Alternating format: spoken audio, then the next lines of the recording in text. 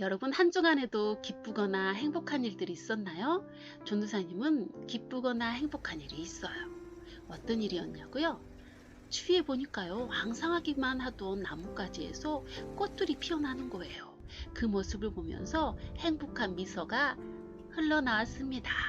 지금 보시는 바와 같이 수선화들이 어때요? 노란 꽃들을 피워내고 있잖아요. 이렇게 또 보랏빛 예쁜 꽃들을 보면서 전도사님은 너무너무 기뻤습니다. 이렇게 자연은 우리에게 기쁨과 행복을 주기도 하지요. 이 자연을 만드신 하나님께 얼마나 감사한지 우리가 감사함을 느끼며 살아가는 한 주가 되길 바라요. 이 시간 하나님께서 우리에게 주신 말씀의 제목은 예수님이 전하신 하나님의 은혜라는 제목이에요. 여러분은 어떤 단어가 눈에 들어오나요? 전도사님은 예수님, 하나님, 은혜 이 단어가 눈에 들어오는데요. 과연 이 제목을 통해서 하나님이 우리에게 어떤 감동을 주실까요? 누가복음 15장 24절 함께 읽겠습니다. 이 내 아들은 죽었다가 다시 살아났으며 내가 이뤘다가 다시 얻었노라 하니 그들이 즐거워하더라. 아멘, 아멘. 자, 세상의 모든 황당한 사연을 들어보는 황당쇼의 사회자 박하은 전도사입니다. 오늘 사연을 주신 분은 땡땡초등학교 박서휘 학생입니다. 먼저 오늘의 황당한 사건 인터뷰를 들어보도록 하겠습니다. 우리 서희 학생 나와주세요. 제가 정말 친하게 지내는 친구가 있어요. 오랜 친구라서 늘 필요한 물건 있으면 빌려주기도 하고 친구가 저한테 빌려주기도 하거든요. 그런데 하루는 친구가 게임기를 빌려달라고 했어요. 저는 엄청 비싼 건데 하며 고민하다가 친구를 믿고 빌려줬어요. 아니 그런데 친구가 게임기를 잃어버렸다고 하지 뭐예요? 더 당황한 거 한창 연락이 없다가 갑자기 찾아와서 미안하다고 하는 거예요. 그러면서 게임기를 돌려줄 수 없다고 하네요. 저는 친구를 용서할 수 없을 것 같은데 다른 분들은 어떻게 생각하나요?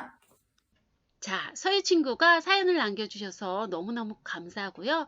좋은 선물 보내드리겠습니다.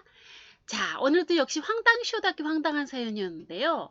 자, 여기서 오늘의 질문 나갑니다. 내 게임기를 잃어버리고 한참 만에 찾아온 친구, 여러분 용서할 수 있다면 손을 들어서 5를 만들어주세요. 자, 그리고 반대로 용서할 수 없는 친구는 X를 나타내 주시길 바랍니다. 자, 해볼까요? 하나, 둘, 셋! 네, 결과가 나왔습니다. 대부분이 용서할 수 없다고 응답하네요. 그런데 여러분, 오늘 말씀에는 게임기보다 더 큰 재산을 줬다가 돌려받지 못했는데 용서한 사람이 등장합니다. 우리 말씀 속으로 들어가 볼까요? 고고고! 예수님 주변으로 말씀을 들으러 온 사람들이 많이 몰려들었어요. 그런데 이게 웬일일까요? 바리새인과 서기관들이 수군수군거리기 시작합니다. 아니, 세리와 죄인들이 여기 왜 있어? 그러게 말이야. 자기 주제를 알아야지. 바리새인과 서기관들은 자신들이 의롭다고 생각한 거예요. 이렇게 수군거리는 그들에게 예수님은 비유를 들어 이야기를 해주셨어요. 여러분, 한 아버지에게 두 아들이 있습니다. 아버지는요, 굉장한 부자였어요. 여러분도 부럽나요? 부러우면 안 돼요. 부러우면 지는 거예요. 집에 돈을 받고 일하는 품꾼도 있었답니다. 아들들에게 언제나 맛있는 음식을 주고 좋은 옷을 입혀주었어요. 그런데 어느 날이었어요. 둘째 아들이 아버지를 찾아가 이렇게 말합니다. 아버지 재산의 절반이 제목 아니에요? 지금 미리 주세요, 아버지. 아버지는 아무 말도 하지 않고 둘째 아들에게 재산을 나눠주었습니다. 며칠 뒤 어떻게 되었을까요? 아들은 어떤 계획을 세웠을까요? 그 둘째 아들은 아버지의 재산을 챙겨서 먼 나라로 떠나버렸답니다. 어떡해요? 아버지는 눈물을 흘렸겠지요. 그러나 아들은 어때요? 신이 났어요. 이야, 역시 돈이 최고야. 평소에는 용돈을 받아서 생활하다가 자기 재산이 많아진 둘째 아들은 그 먼 나라에서 어떤 삶을 살았을까요? 여러분 상상해 보세요. 그렇지요. 낭비하면서 펑펑 돈을 쓰기 시작합니다. 얼마 지나지 않아 어떻게 됐을까요? 모든 재산을 탕진하고 맙니다. 자, 여러분, 탕진이란 말은 모든 재산을 다 써버린 상태, 그래서 돈이 한 푼도 없는 상태죠. 아, 글쎄 때마침 그 나라에 흉년까지 왔어요. 흉년이란 말은 작년에 비해서 농작물이 적게 재배된 해를 말해요. 둘째 아들은 이곳저곳에서 일자리를 알아보았지만 찾을 수가 없었어요. 결국 들에서 돼지를 기르는 사람이 되었습니다. 그는 배가 너무 배가 고팠어요.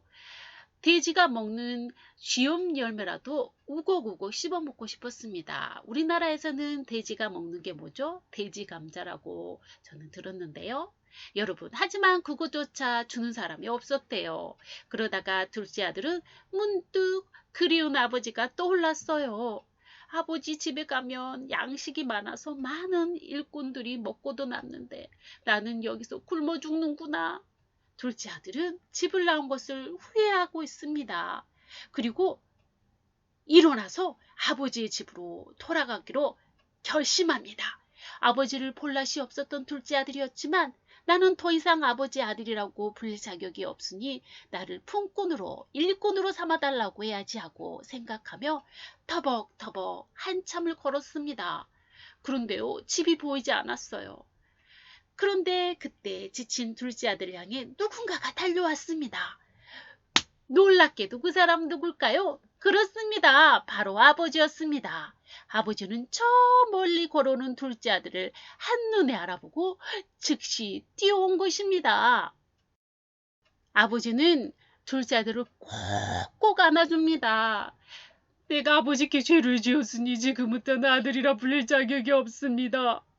아버지는 그런 아들에게 가장 좋은 옷을 입히고 가장 맛있는 음식을 먹입니다. 그리고 사랑하는 아들에게 말합니다. 이 아들은 죽었다가 다시 살아났으며 내가 잃었다가 다시 얻었노라. 아들은 아버지의 재산을 다 써버리고 돌아왔지만 아들을 사랑한 아버지는 그의 모든 행동을 용서하고 사랑합니다. 여러분, 예수님은 이 이야기를 왜 들려주신 걸까요? 그렇습니다. 하나님 아버지의 은혜를 말하고 싶으셨기 때문이죠. 당시 바리새인과 서기관들은 예수님께 나온 세리와 죄인들을 염치 없다고 비난했어요. 하지만 우리 예수님은 아버지의 아들 이야기를 들려주시면서 그 어떤 죄인이라도 하나님 앞에 나온다면 다 용서하시는 은혜를 베풀어 주신다고 말씀하고 계십니다. 예수님 이야기에서 아버지는 하나님을 말하고 있고요. 둘째 아들은 하나님을 떠난 죄인, 우리들을 의미하고 있습니다. 자, 다짐하는 시간입니다. 하나님께서는 우리의 모든 죄를 용서하기 위해 예수님을 이 땅에 보내십니다. 예수님은 이 땅에서 죄인들을 용서하시고 하나님의 은혜를 전파하십니다.